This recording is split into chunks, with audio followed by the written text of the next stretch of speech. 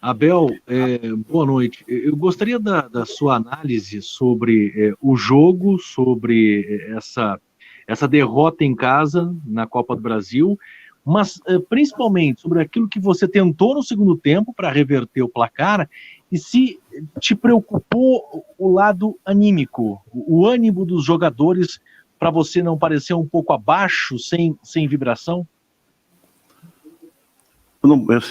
Esse aspecto eu não posso te afirmar com muita convicção, porque eu treinei com esse grupo meia hora, né? Mais conversei do que... Eu acho que nós mudamos um pouquinho a postura no segundo tempo. No primeiro, realmente, não foi legal, porque você não pode ter um escanteio contra, por exemplo, e foi um jogador nosso. Então eles fizeram uma jogada curta, a jogada foi na área, voltou, e eles com superioridade, houve o cruzamento e o gol. Então isso é uma desatenção muito grande. Aí começamos a tentar jogar. E a verdade é que conseguimos muito pouco, né? A nível de criação.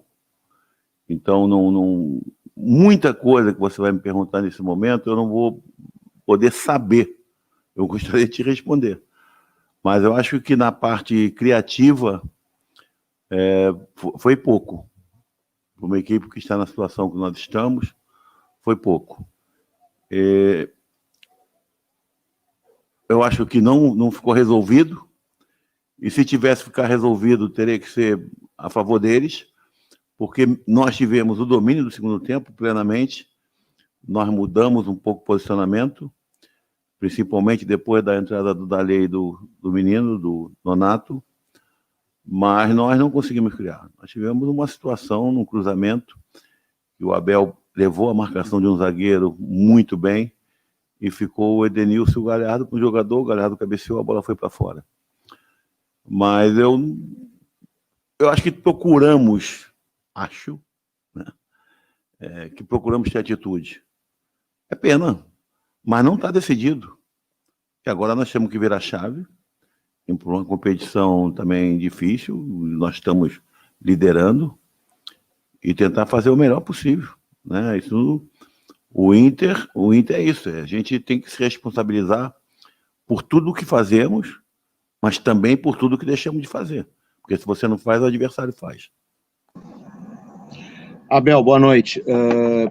A respeito, né, do que você acabou de citar, da questão da criação, né, isso é digamos assim, uma das questões que você vai ter que buscar uma solução no time do Inter, né, porque muito antes até de você chegar, já se falava disso, né, que faltava um armador, um criador, e um outro aspecto, o gol, que foi numa bola aérea, né, e o Inter sofre muito nisso na temporada. Exatamente a metade dos gols que o Inter sofreu no ano são de bola aérea, são 19 já. É um outro trabalho que também terá que ser feito, mesmo que com pouco tempo, você vai ter que dar um jeito de, sei lá, mexer no posicionamento, enfim, para tentar corrigir isso que o time vem sofrendo? Sinceramente, olha, eu acredito no que eu vou te falar. Ontem nós fizemos esse trabalho, o aproveitamento foi de 95%. A outra equipe, botando 6 jogadores na área, conseguiu cabecear uma bola e fazer um gol. O resto tudo correu muito bem. Mas nós não podemos deixar aquela situação ali que eu te coloquei, né? Não pode deixar numa faixa de campo, por exemplo, uma falta. Tem 2 caras. Obviamente, nós temos que colocar 2, né? Para ele não ter jogada curta em superioridade. E se você reparar, sabe o que me preocupou um pouco foi que nós tivemos pouquíssimas faltas a favor. Falta, assim, perto da área, do lado da área, essa coisa toda. Então, isso provou, né, ou não provou hoje, mas não é esse o normal, que nós tivemos poucas ações no 1 para 1. Eu acho que nós tivemos poucas ações, porque as faltas realmente, você vê, lembra aí qual foi a falta que realmente perigosa? Eles não, tiveram umas 2 ou 3, mas então isso aí que, poxa, peraí, a gente tem que, a gente estava encurralando, mas tem hora que quando um time está todo atrás da linha da bola, tem que ser no 1 para 1, isso é importante. E, claro, até um criador ele poderia ter pouco espaço pelo posicionamento que eles tiveram, mas a jogada do 1 para 1 tem que ter. Nós tivemos 2 situações mais ou menos bem trabalhadas por dentro, que é muito mais difícil, porque tu tem o Galhardo que cabeceia bem, tu tem o Denildo que chega bem, tu tem o Abel, que é um ótimo jogador também no jogo aéreo. Mas isso me preocupou, é isso aí, negócio do 1 para 1. É como se... Não sei se é assim, né? É muito pouco para a gente falar, eu conheço o time plenamente. Não sei se é assim. Mas teve pouca iniciativa de tentar jogar individual. E isso um time que estava praticamente atrás da linha da bola, é difícil. Abel, boa noite. Hoje a gente viu um Inter menos intenso do que a gente se acostumou a ver nos últimos meses. Você acha que, de certa forma, os jogadores sentiram também o que aconteceu nos últimos dias? E aí eu digo tudo, a troca no comando, pouco tempo para trabalhar. Pode ser, né? Isso foi uma situação atípica. O Kudê fazendo um excelente trabalho, de repente ele sai e muda. Você vê que eu não mudei a maneira de jogar, eu não mudei a equipe. Tentamos pelo menos marcar alto, mas nós tivemos um erro bem nítido para mim, em você não conseguir fazer aquela marcação alta que eles estão acostumados. Nós não conseguimos atinar com o posicionamento do Zé Ricardo, que era o primeiro volante. As coisas não fluíram muito para o Juninho, não fluiu muito para o Giovani, mas o desequilíbrio numérico foi feito pelo Zé Ricardo. Por isso, depois, a entrada do D'Alessandro por trás do Abel e do Galhardo. Né? Depois já era o Yuri, aí já recuou um pouquinho do D'Alessandro, porque não adianta. Eu queria empatar o jogo, mesmo correndo risco. Mas eu acho que se você está falando, porque eu também escutei isso aqui dentro, faltou um pouco de intensidade. Eu não, lamentavelmente, também não posso te responder. Né? Abel, tudo bem? Boa noite. Você falou desse enfrentamento 1-1, que na sua opinião faltou para o time do Internacional. O Inter do Kudê é um time que trocava muito passes, mas já era criticado pelo torcedor por dar passes para trás, jogar muito para trás. Essa vai ser a principal tônica do seu trabalho daqui para frente, fazer o Inter deixar de dar esses passes para trás, arriscar mais passes para frente. Isso vem até nesse enfrentamento 1-1 que você estava falando. Vocês estão tão bons, hein? Na observação.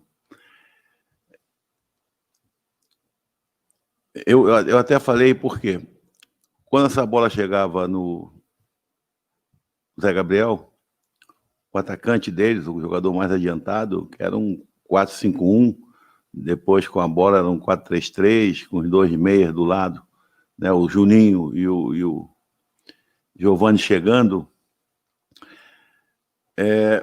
Quando essa bola chegava no Zé Gabriel e o atacante ia, essa bola virava aqui no Cuesta. Quem saía para ir no Cuesta era o Ademir. Certo? Se o Ademir, que é o cara do lado, que está marcando o Wendel, essa bola não tem que passar daqui o Cuesta, para o Cuesta ela chegar no Wendel. Porque senão você tá filmando o que você vai fazer, está previsível. Então, 2 vezes eu gritei com o Gabriel, a bola quando chegou nele do Cuesta, porque não dá tempo. Porque o cara do lado, o que fechava era o Felipe Azevedo, quando a bola saiu o contrário, do Cuesta para o Zé Gabriel, mas ele estava preocupado com o Heitor. Então essa bola tem que sair daqui, quando ela volta, do Heitor para o Zé Gabriel, dele tem que sair para o Wendel. Está dando para entender? A gente não tem que ser assim, ó, passa aqui, passa ali para chegar lá. Aí eles fecham. Por quê? Quando, principalmente, aquela chegava no Cuesta, quem tinha que sair ali para cobrir o Wendel era o Juninho. Se o Juninho largou o meio, o tripé, para ir no teu lateral, você vai ficar em superioridade no meio. E nós não conseguimos isso. Entendeu? Eu vou precisar de um tempinho para tentar botar essa confiança. Você deve ter reparado que uma das coisas, observações em relação à equipe deles é isso. Quando eles têm a bola, os jogadores de lado ficam muito, muito abertos. O que receber, o outro vai fechar junto com o atacante. Mas eles ficam muito abertos justamente por quê? Porque eles já estão do lado direito, metia lá no Iris, metia no Felipe, do lado esquerdo o Anderson tentava meter direto no Ademir. Então, nós temos, eu acho que aí nós insistimos um pouquinho na saída de 3, que eu acho que não precisava, porque, a princípio, antes da bola rodar, eles estavam com 5 no meio, né? Zé Ricardo, Juninho e o Giovani. Lá do lado esquerdo, o Felipe. Aqui do lado direito, o Ademir. E um atacante. Para que você vai fazer saída com 3? Porque se o cara só tem 1. Você, se está com 3 aqui para 1, está faltando jogador teu em outro setor do campo. Né? Então, eu acho que a gente telegrafou demais o que ia fazer. Isso facilitou para eles. Abel, boa noite. Em cima do tempo que você falou há pouco aí, que teve pouco tempo de fato para treinar a equipe do Internacional, você agora começa a pensar uma equipe mais da sua cabeça, e se essa equipe que você está pensando vai ter alterações de peças daquela que o Kudê já vinha atuando. E o Patrick vai poder jogar no sábado, ou ele realmente teve uma lesão mais séria? Teve uma lesão. Na parte anterior, não, com certeza não vai ter possibilidade. Não acredito. Apesar que é um músculo do chute, mas é um músculo que não demora demais, mas não acredito que ele tenha condição de jogo. Veja bem, cara, eu estou querendo dizer a você, da maneira que as coisas ocorreram, aconteceram, eu não estou me eximindo de nada, não, cara. O responsável pela derrota sou eu.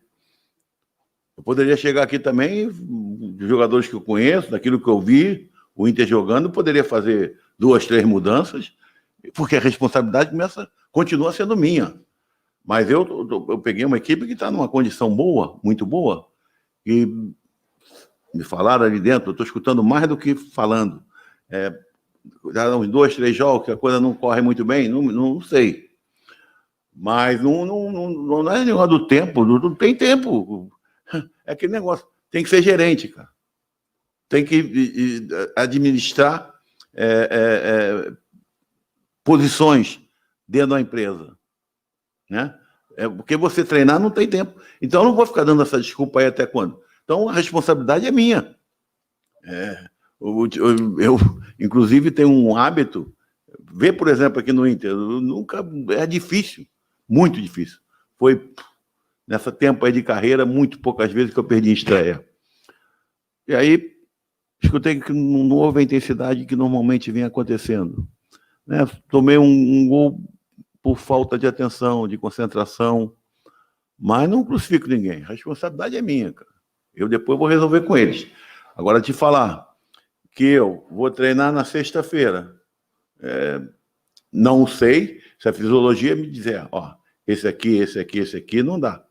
Óbvio, vou mexer. Mas não penso em fazer loucura, porque não adianta. Se é uma coisa que vinha se mantendo em 3 competições, com possibilidades, de repente, sem treinar, você tem 2, 3...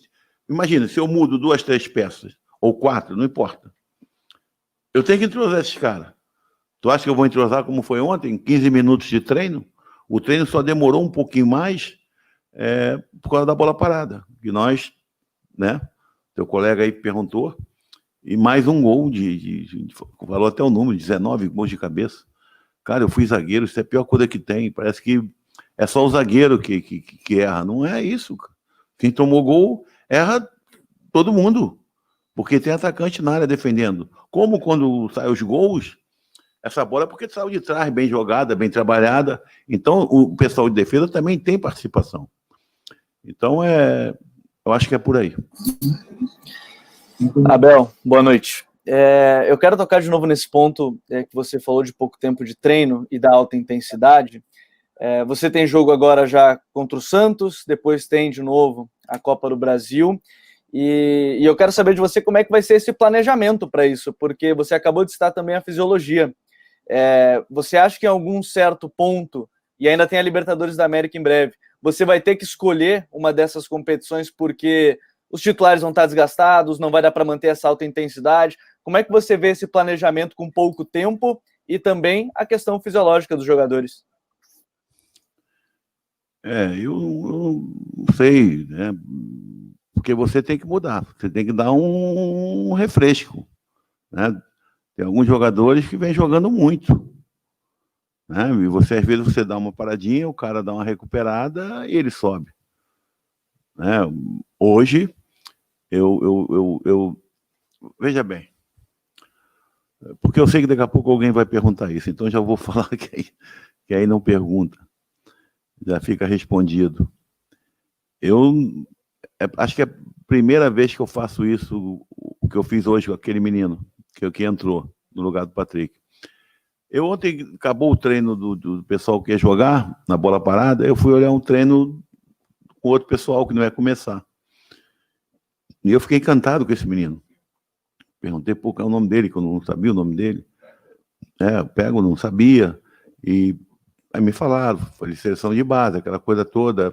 É um jogador que finaliza de meia distância. Ele tentou uma boa jogada ali, depois ele deu uma no primeiro tempo, aí os caras diminuíram, ele não conseguiu finalizar. Depois, no segundo tempo, ele deu uma entrada em diagonal, bateu de pé esquerdo. Mas eu senti, aí já vim me informar aqui com o pessoal da assessoria, quantos jogos ele tinha feito, então ele não chegou a fazer 200 minutos. Eu senti que em alguns momentos a coisa não correu bem, numa determinada jogada ou outra, e ele sentiu um pouquinho. E eu só estava ali, garoto, vamos. O que acontece? Eu tinha que tentar sair daquilo que estava claro para o adversário. Como eu te falei, eu usei o losango, um D'Alessandro aqui com o Galhardo e o Abel. Já fiquei sem homem de lado. Botei o Marquinhos, que foi ali, cumpriu, saiu muito bem, mais ou menos bem pelo lado direito, o segundo tempo pelo lado esquerdo estava muito bem. E tive que tirá-lo. Eu falei, tem que fazer alguma coisa diferente. Eu não posso substituir o 6 pelo meia dúzia, né? Corri risco, eu vou correr sempre, mas vocês podem ter certeza que esse menino, pelo que eu vi ontem, ele vai ser usado aí muitas vezes. E vai ter a moral, não é ele que tem que entrar e resolver, não é ele que tem que assumir responsabilidade de nada, e eu não vou, né? Eu tive que tirá-lo, porque eu achei que aquilo que eu vi ontem, e eu conversei com ele antes, garoto, tranquilo, vai lá, faz teu jogo, cara, tenta a jogada, você é bom no 1 para 1. É aquilo que eu falei antes, é por isso que eu queria, meu time não teve falta. Meu time estava sem não parece que não estava indo para o duelo, sabe?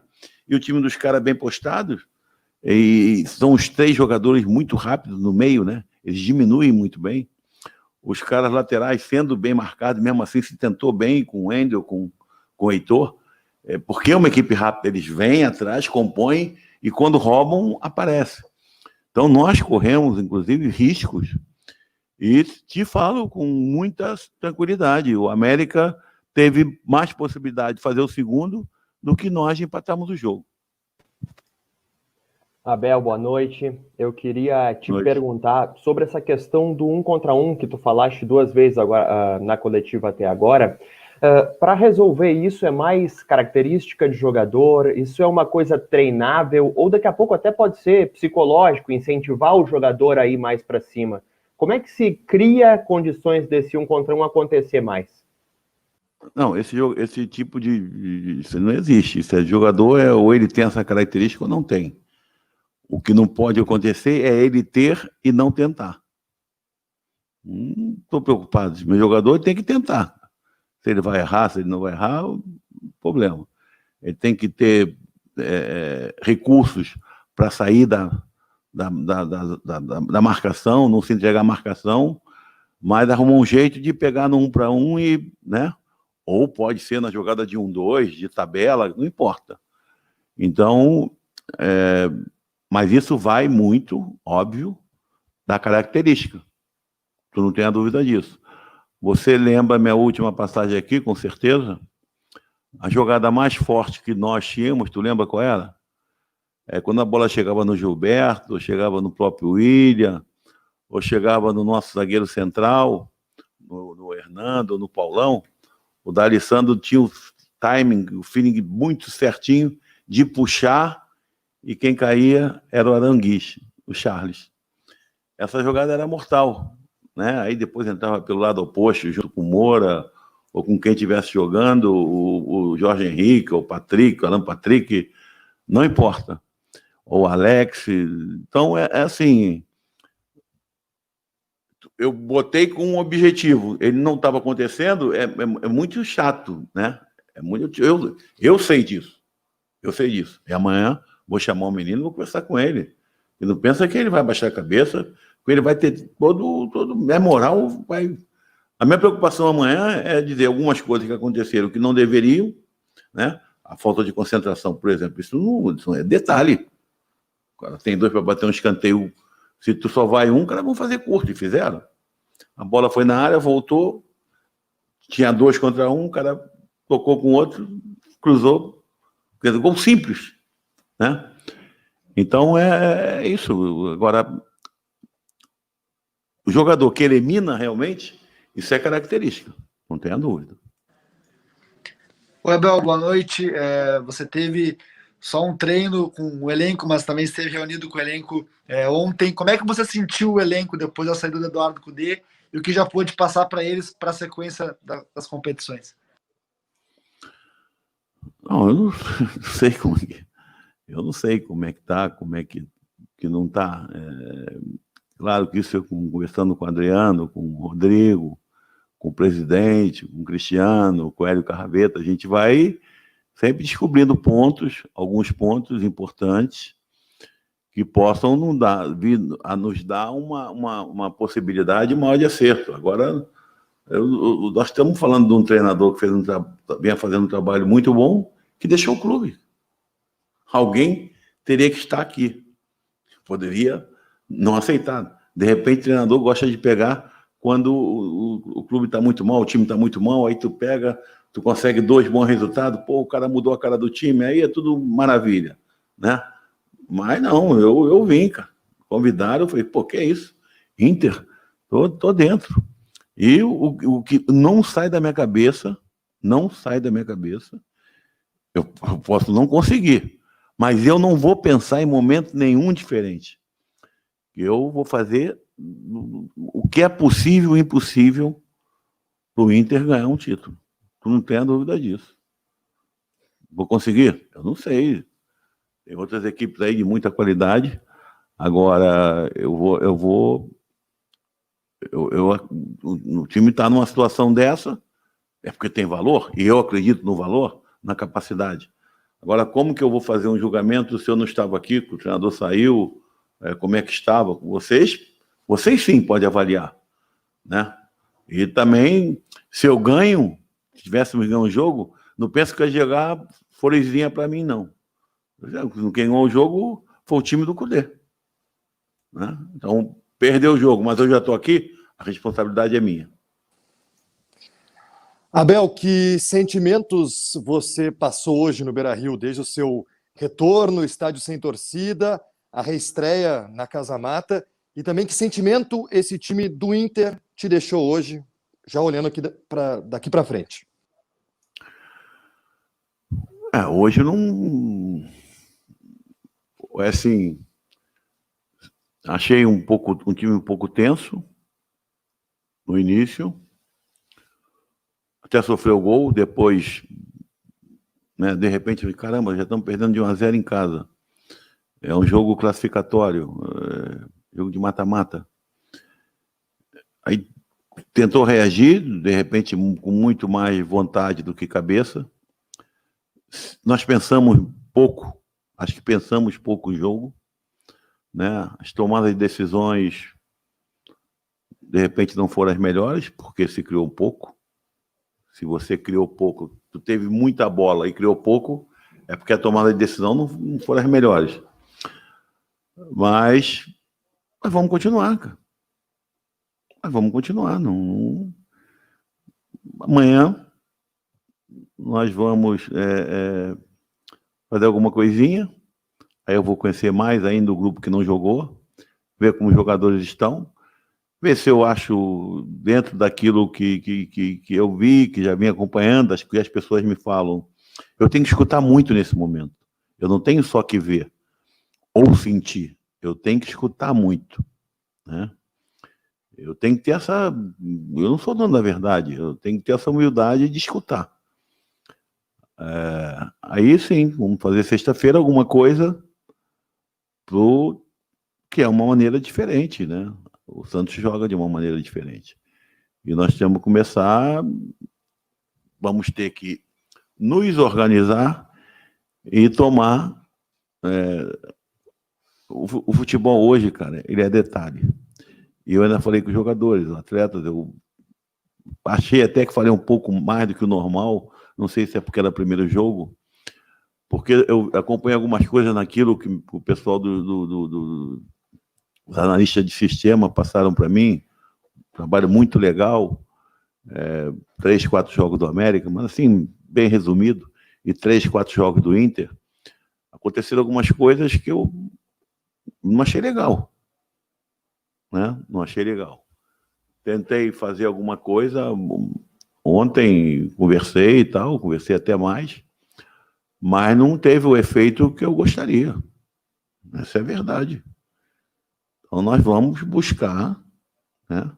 Estou te falando que vou mudar time, que vou mudar esquema, mas nós vamos jogar com uma equipe, contra uma equipe agora sábado, que tem uma forma de jogar diferente, né? E você tem que saber, né, ter a leitura correta do jogo, porque hoje, sinceramente, um jogador que não chutou no meu gol, que não me deu problema, por exemplo, a nível defensivo, mas meu time não atinou no sufoco, na pressão alta, pelo posicionamento do Zé Ricardo. Isso realmente não foi bom. Abel, boa noite. O Internacional teve duas situações bem claras dentro da partida. Ele teve o domínio da partida, 72% de posse de bola. Como fazer para que essa produção e essa posse de bola se transforme em mais ofensibilidade? Você falou aí na questão do 1 contra 1, né, na entrevista, mas no coletivo, como fazer com essa posse de bola seja mais ofensiva? Mais ofensiva é um pouco difícil, né? Porque da maneira que eu terminei o jogo, mas você pode criar soluções melhores, principalmente a nível de troca de posição, entendeu? De mexer, porque o futebol hoje, da maneira que se marca, porque todo mundo está muito bem fisicamente, né? Claro, tem que se mudar uma equipe para refrescar e tal, mas estou te falando de uma forma geral. Hoje as equipes se preparam muito bem fisicamente. Então hoje uma equipe, para tu criar a situação, se não for no 1 para 1, é aquele negócio, um mexe e o jogo joga outro. Um mexe, o outro joga. Um mexe, o outro joga. Para tu conseguir bater por etapa, né? Porque quando você tira um da frente no meio, você criou superioridade. Mas não adianta eu criar superioridade, por exemplo, roubei uma bola de um meia deles, por exemplo, e peguei e toquei para você, que é meu colega, que está ali bem posicionado, e eu não te dei a opção. Não adiantou nada. Eu vou te botar lá no mano, com alguém que vai estar te marcando. Porque eu já roubei a bola de um jogador de meio de campo. Então, essas coisas, a gente tem que mexer mais, dar mais opção quando a bola sai de trás. Não filmar muito. O termo é isso. Ficou muito, a saída de bola ficou muito previsível. Uma das coisas que eu já tinha observado, alguém falou aí de vocês, a gente tem que jogar um pouquinho menos para trás, cara, sabe? Tentar quebrar mais essa linha, ter mais confiança e dar um passe para o colega, um passe que tem um grau de dificuldade maior. Isso é fundamental para nós. Abel, boa noite. De tudo isso que você falou, da questão do 1 para 1, da questão de tocar menos para trás, da questão da falta de um quebrador de linhas, talvez, em meio a tudo isso, o Inter tem uma decisão na quarta-feira contra o América Mineiro, valendo uma vaga na semifinal da Copa do Brasil. Por onde que você passa, ou melhor, por onde você acha que passa a classificação do Inter, já que hoje o América, mesmo que teve menos que... apesar de ter menos posse de bola, na verdade, o Inter acabou finalizando 2 vezes no gol do América Mineiro somente hoje. Eu não vou pensar no América agora, né? Já vi o vídeo, amanhã verei novamente, a nível de momentos, né? Nós atacando, nós defendendo. Provavelmente vou passar para os jogadores. Primeiro eu chego cedo, olho, e depois a gente vai analisar com mais tranquilidade. Então, mas não posso. Amanhã, claro que amanhã eu vou ter que falar do jogo. Mas já na sexta-feira eu estou falando do jogo do Santos. É o próximo. Eu não posso já me estar me preocupando com quarta-feira, porque eu não posso esquecer de sábado. E nós vamos jogar uma liderança. Quer dizer, temos que levar com muita seriedade essa partida. Tudo bom, Alexandre? Boa noite. Boa noite, André. Boa noite a todos. Boa noite. Você estava, evidentemente, acompanhando, né, junto conosco aqui o bate-papo com o Abel. O que é possível dizer, né, na tua avaliação do jogo, no entendimento da direção do clube, sobre o que explicou o Abel, sobre o que ele detectou, digamos assim, até de problemas, né, quem sabe que ele tenha observado na equipe, e o quanto a atuação de hoje ela preocupa, né, tendo um calendário que não vai dar tempo de corrigir tanta coisa, de treinar, porque já tem brasileiro, já tem uma decisão de Copa do Brasil tendo que reverter, né, o resultado de hoje, mais para frente ainda uma Copa Libertadores da América. Bom, André, quando nós começamos a discutir o retorno aos jogos, né, e houve tantas reuniões na CBF lá atrás, me lembro que o presidente Marcelo Medeiros estava cometido com a Covid, e eu comecei a participar dessas reuniões, e sempre pensávamos, né, que o quanto antes pudéssemos voltar, melhor seria para todos os clubes. Como esse retorno acabou demorando tanto, né, é mais ou menos como o Abel disse, né, nós vamos ter que ir consertando os problemas do time em treinos curtos, né, treinos pequenos, com muita conversa, e as oscilações, como eu tenho dito já algumas entrevistas, elas vão ocorrer até o final do campeonato. Isso é inevitável, até pela necessidade de rodar o grupo, né? Hoje nós tivemos mais uma perda aí, que eu espero que seja por um período curto de tempo, que foi o Patrick, mas isso vai nos atrapalhar muito, porque o somatório de lesões que nós tivemos, justamente pela sobreposição dos jogos, nos traz danos muito severos. Então, nós vamos ter que ir consertando, como eu disse, aos poucos. Vamos dizer assim, nós tivemos nosso último grande jogo, né, que eu posso dizer, foi aquele jogo contra o Flamengo. De lá para cá realmente houve oscilações, e essas oscilações vão continuar ocorrendo. Eu espero que a gente possa ter menos, mas tenho certeza que vai ser impossível evitá-las, e isso está acontecendo com todos os clubes do Brasil, né? Não é uma peculiaridade do Internacional. Então, eu acho que o Abel tem uma larga experiência no trato com um grupo de jogadores, né? Nós já tivemos uma conversa ali pós-jogo, então vamos agora para Santos, né? Então já tem viagem na sexta-feira, depois nós vamos ter que ir para Belo Horizonte jogar uma decisão. A classificação está em aberta ainda, nós temos toda a condição de ir a Belo Horizonte nos classificar. Boa noite, Alexandre. A semana do Inter foi de alta turbulência, né? A saída do técnico Eduardo Cudê, contratação às pressas do técnico Abel Braga, tudo isso a um prazo de 24 horas de uma decisão. Se critica os jogadores, se critica a postura até de um determinado técnico e outro, mas e a autocrítica da atual direção do Inter? O que vocês fazem de autocrítica para dizer, ó, estamos errando também, Alexandre? Olha, Lacerda, na manifestação do presidente e na minha, quando nós anunciamos a saída do Eduardo Cudê, o próprio presidente disse que os dirigentes sempre são os responsáveis, né, os destinatários finais das críticas.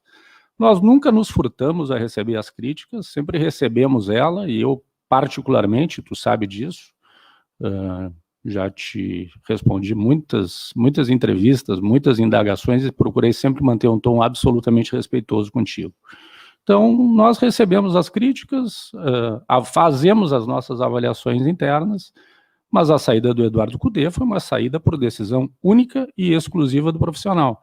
Acho que nós tínhamos um curtíssimo espaço de tempo para agir, porque tínhamos uma decisão, que foi hoje uma primeira etapa de decisão, e o Abel atendeu, na verdade, uma convocação no Internacional, né? Ele poderia ter dito que não viria, como talvez a grande maioria dos treinadores poderiam fazer isso, porque o que nós oferecemos a ele foi um contrato por um curto período de tempo, né? Ele tinha sondagens já avançadas para poder ir ou para os Emirados Árabes, também tinha a sondagem da Grécia, então nós temos que louvá-lo. Acho que essa atitude do Abel, né, que atendeu a nossa convocação, ele simplesmente disse, manda a passagem que eu vou estar na beira do campo na quarta-feira.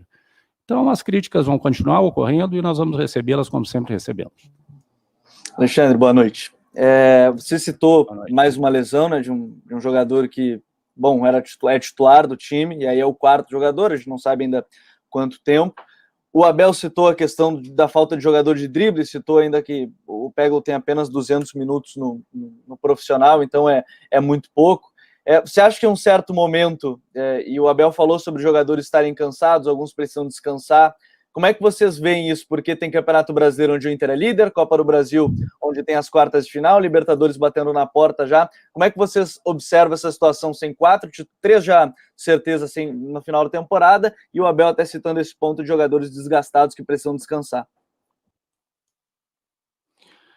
Vou te responder essa pergunta como eu tenho respondido quase sempre a mesma, né?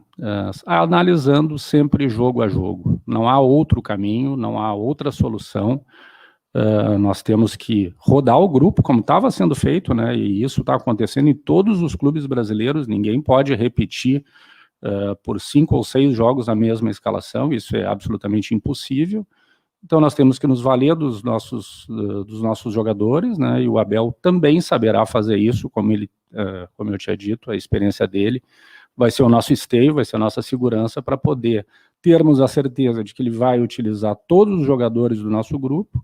Ele já utilizou hoje o Peglo, que realmente estava com uma minutagem muito abaixo, mas tenho certeza que, utilizando o grupo, valorizando o nosso grupo de atletas, que foi o grupo que nos trouxe até aqui, nós vamos continuar disputando a ponta de cima do Campeonato Brasileiro, e espero que, tanto na Copa do Brasil, a gente possa ir a Belo Horizonte e conseguir essa classificação, porque não é nada impossível, o Internacional já buscou várias vezes classificação fora de casa, e vamos para esse jogo com esse intuito. Alexandre, boa noite. Você disse a importância de valorizar o grupo. Faltou isso na gestão Eduardo Cudê, valorizar o grupo, e você entende que nesse momento é mais importante a cobrança ou o carinho, já que o Abel disse que também agora é um gestor de grupo?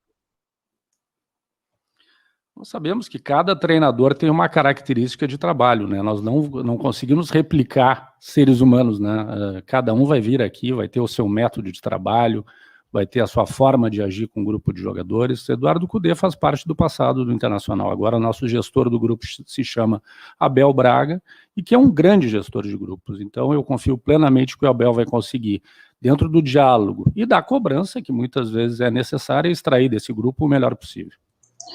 Alexandre, boa noite. Eu queria falar um pouco sobre o jogo de sábado, porque se sabe do surto que tem o Santos com Covid, não só o time masculino, mas também o time feminino. O quanto isso preocupa o Internacional e o que o Internacional tem já definido? Vai ter viagem na sexta-feira, porque o Santos pediu um adiamento desse jogo. O que chegou para o Internacional da CBF sobre esse jogo contra o Santos? Na verdade, nós já fizemos também várias reuniões na CBF tratando desse tema, né? A última, estávamos eu e o Rodrigo participando da reunião, e por um diálogo estabelecido entre todos os clubes da Série A, os 20 clubes, né? Nós chegamos a um consenso, houve apenas um voto vencido, que na época foi do Flamengo, no sentido de que, ao ampliarmos o número de inscritos de 40 para 50, haveriam mínimas chances, quase remotas, de adiamento de jogos em função disso. Nós estamos ainda vivendo a epidemia, todos os clubes têm tido casos, né, e por isso nós testamos aí 2 vezes por semana. Infelizmente agora é o Santos que está convivendo com o surto, mas eu vejo, pelo menos das informações de hoje da CBF, é que o jogo está confirmado. Nós temos viagem marcada na sexta-feira e estaremos em